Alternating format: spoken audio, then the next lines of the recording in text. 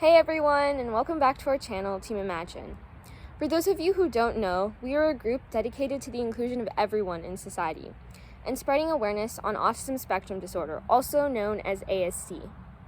For more information, check out our introduction video linked in the description box below.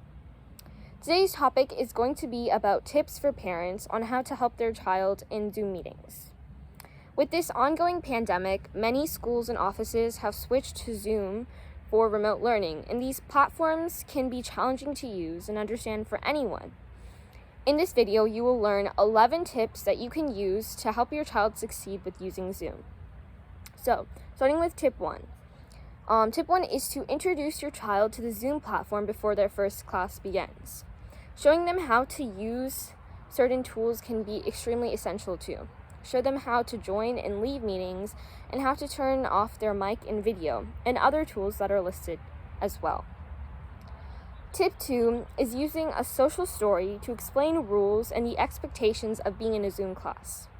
For those of you who don't know, a social story is basically an imaginary scene or a narrative that is created to depict certain events or situations. These social stories help children with autism understand social behaviors and understand how to better communicate with others.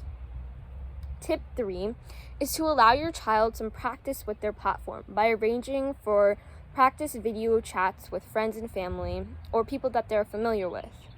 This will help give them some experience with their platform and allow them to try out all the new features. A certain camera angle may also help them feel more comfortable. Tip 4 is to help them understand how and when to adjust the volume on their device. Too much noise from a chaotic and noisy classroom can lead to sensory overwhelm. To prevent this from happening, if they know how to adjust the volume, or if they feel it getting too loud, they can just turn down the volume to help them feel more comfortable. The next tip is a little bit of a long one, but it connects to the previous one. If your child is still having trouble with the audio aspect of class, you might want to use headphones. These headphones will help your child focus on the class and not be as easily distracted by noise around them. In addition to this, if they ever feel that the noise is getting overwhelming, they can always just pull their headphones off or pull it down to their neck so they can hear a little bit of the noise, but not all of it.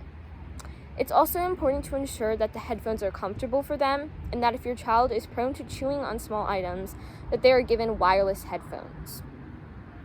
Tip 6 concerns coping strategies for your child in case of sensory overwhelm during a video chat. Video chats can be hectic and chaotic, and we all know that. So these strategies will help them regain focus.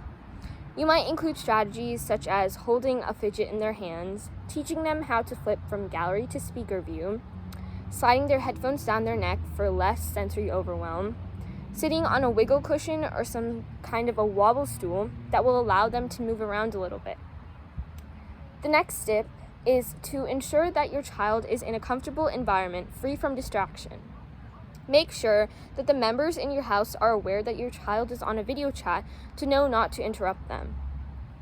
Tip 8 is to stay nearby to your child in case they have any technical issues or need help taking notes in class.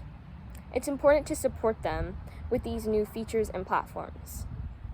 Tip 9 is to make sure that they are prepared physically, mentally, and emotionally for their video chat.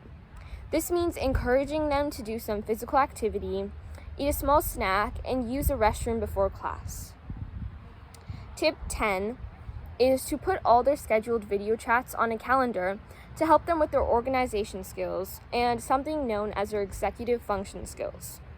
So basically, executive function skills are mental skills that involve using your memory, thinking flexibly, and using self-control, and they help us get things done. So our last tip for today is to provide your child with a list of rules about video chats, including paying attention in class, taking notes if necessary, not chewing on cords, not moving the camera around if your child is using the restroom, and any other conduct rules that you feel appropriate. So these are not the only ways that you can help your child with their calls and video chats, as every child is different and has different needs.